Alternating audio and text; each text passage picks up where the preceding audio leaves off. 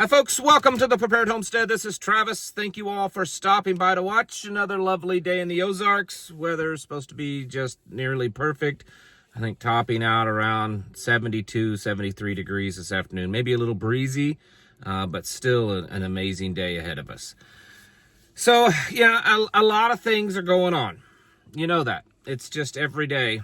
And it's a crazy, crazy chessboard, because the pieces are moving constantly, and a lot of times moving in strange ways, not playing by any kind of rules of chess, for sure. You know, moving forward, moving backward, side to side, back and forth, flipping over, under, upside down. It's all kinds of craziness. And the president apparently has proposed a peace deal between Russia and Ukraine, and both sides have rejected it. Russia has stated this morning that their plans and that are going to stay the same, that their battle lines and where their troops are and everything that they're doing is not changing. Zelensky has also stated that it's not acceptable for Ukraine to be giving up territory to Russia, since they are the invaders, and so they're saying no, that they will not. So this peace deal that had been talked about in the last few days seems to be falling through. It's interesting, though. It's being reported that the Trump administration told both Zelensky and Putin that the United States could do a security guarantee for both sides if they agreed to some kind of peace. Here's the thing: we just signed a security agreement with Saudi Arabia that any attack on Saudi Arabia is considered an attack on the United States, much like a NATO style agreement. This is becoming a pretty common thing. And why is the United States doing this? I mean, that would probably get us directly involved in the war if we go through with something like that, of signing, security pacts with both Russia and Ukraine. And we really have no business being over there. Anyways, I just thought I would say that. The other day, I said in a video, I was talking about us attacking Iran with stealth fighters and bombers like we did last time, and it looks like that's going to happen again. In fact, the supreme leader of Iran stated that if the United States believes that they took out the Iran's nuclear weapons capabilities, the supreme leader said, well, good, let them go ahead believing that delusion. So, it's going to happen again eventually. But what I was saying in the video the other day is that what would happen if one of our stealth bombers or fighters was taken out? That's never happened before. We've always had air superiority and dominance, but technology is changing. And just today, China announced that they are now mass producing their quantum radar systems. And they claim that this quantum radar can, in fact, detect stealth fighters and stealth bombers. It is driven by artificial intelligence and very new technology. And it would not surprise me. Weapons technology is no different than security technology. No matter how good and how, amazing of the lock that you make, that you feel is, not pickable, at some point, someone's going to figure out how to crack the lock. And so, I know that stealth technology is cool, but it's not the latest. And even though the planes go through upgrades, at some point, we keep getting involved in all this kind of stuff. And I think that'll be a big game changer. When a stealth bomber, a B-2 bomber is taken out of the sky. And I'm not wishing it. I hope that it never happens, but it would not surprise me. So anyways, I just thought I would throw that out there to you. The big thing that I want to talk about, though, is this whole Venezuela and now Colombia, and of course Argentina and several other nations in South America. And I really believe that the new focus is going to be in that area. There is a lot going on right now down there, and I think a lot of people are not paying attention to it. And the argument is that it's all being done because of drugs. And while that may be part of it, I don't think that that's all of it. I think it has mostly to do with technology. Remember yesterday I said that's what everything's really hinging on right now. is the building of this technology. You know, China is threatening and has reduced and put restrictions on the exportation of their rare earth minerals. These things are crucial to developing all of this technology.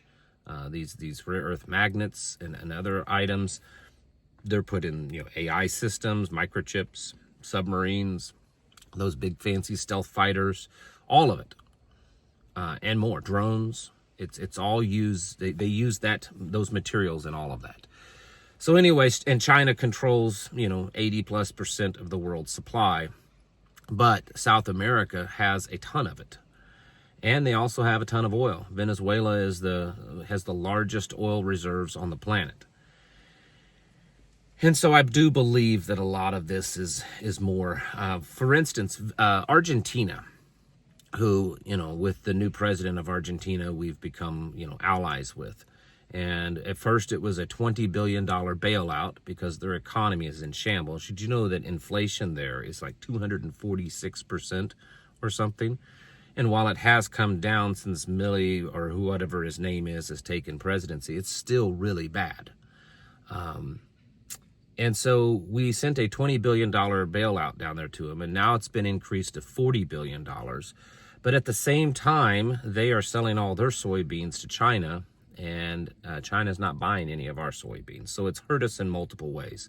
You know, somewhere in the neighborhood of $18 to $20 billion in soybean loss, sales loss here in the United States, plus an additional $40 billion in bailout to Argentina. And now yesterday, the president announced that we may start buying beef from Argentina. We have a lot of good beef here. And even though the price of beef is astronomical and it's really, you know, record high, beef ranchers aren't making hand over fist money on it. You know, it's a big problem in the system.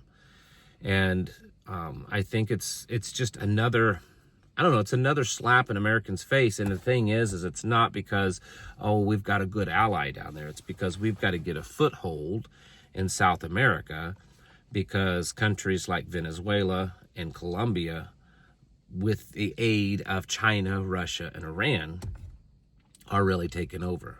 And they're taking over the minerals, they're taking over all the natural resources.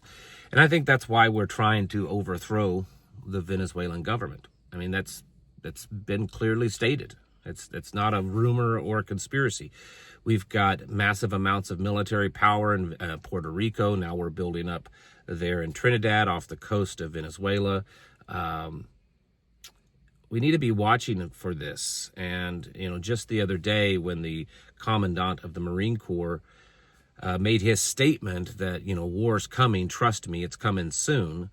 It's very likely that this is what he was talking about, because currently right now there's a pretty large buildup of Marine forces down in that area.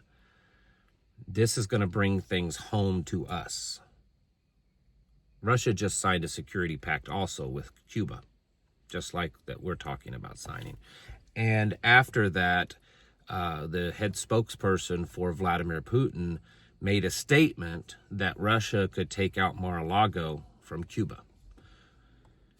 So all of this trade, all of this, you know, chaos is starting to get closer and closer to home. And I think it'll be way worse than the Cuban Missile Crisis. Way worse. And people seem to be asleep at it because they're talking about what's going on in Israel, and they're talking about what's going on in Ukraine, and they're talking about what's going on in India or Pakistan and Afghanistan or Chicago or Portland, and kind of missing out that there is a big war building just south of our border. It's not that far away. And it's looking more and more that it's not just a bluff, and it's certainly not about drugs only. You know, the president the other day, well, the Colombian president stated that one of these recent boats that the United States took out and bombed, that it was Colombian fishermen, that it wasn't Venezuelan drug runners. Now, who knows, because Colombia is just as dirty when it comes to cartel and drugs as anyone else down there. But the point is that he stated that publicly, and then President Trump came back, fired back, and said that he was some illegal drug leader down there in Colombia. That's who the president is what President Trump was making accusations. And so, and he said that we're no longer sending any kind of aid to Colombia. And so things are falling apart there also in relations to, you know, Venezuela, United States, now Colombia. And they both control a lot of natural resources with several other countries kind of around them that are allying or aligning with Venezuela. So I just want to point out that how bad things are getting there, how we're dumping billions, tens of billions of dollars into Argentina. Now we're saying we're going to be buying Argentina beef. And we're allowing Argentina to sell all of their stuff to China. Oh, goodness, folks, it's crazy. Yeah. So I would be getting yourselves prepared for this kind of stuff. I'm not saying that the battlefield is going to be in your backyard, but it's quite possible that if this really does spiral, things could come pretty close to home. And then, of course, you know, you're going to need foot soldiers for something like that. And where you're going to get them, well, I think you all know. Need to be getting ready for this one, folks. And with all the other stuff, you know, getting our houses in order is something that we should be doing on a daily basis. It shouldn't be just a preparation that we do when we can. It should just be integrated as part of our daily life and routine. It's not about being obsessed with prepping. It's about building a habit of living prepared. Because if you can do that, then you're ready. You're ready for whatever happens, whatever that might be. And there's so many different variables and options right now. Who knows what it is? So be getting your house ready. Spiritually, definitely the most important thing. Physically, very important. But don't forget mentally, because it's a big old psyop going on out there, and they're going to attack us in that way too. Folks, thank you all for watching. Catch you in the next video.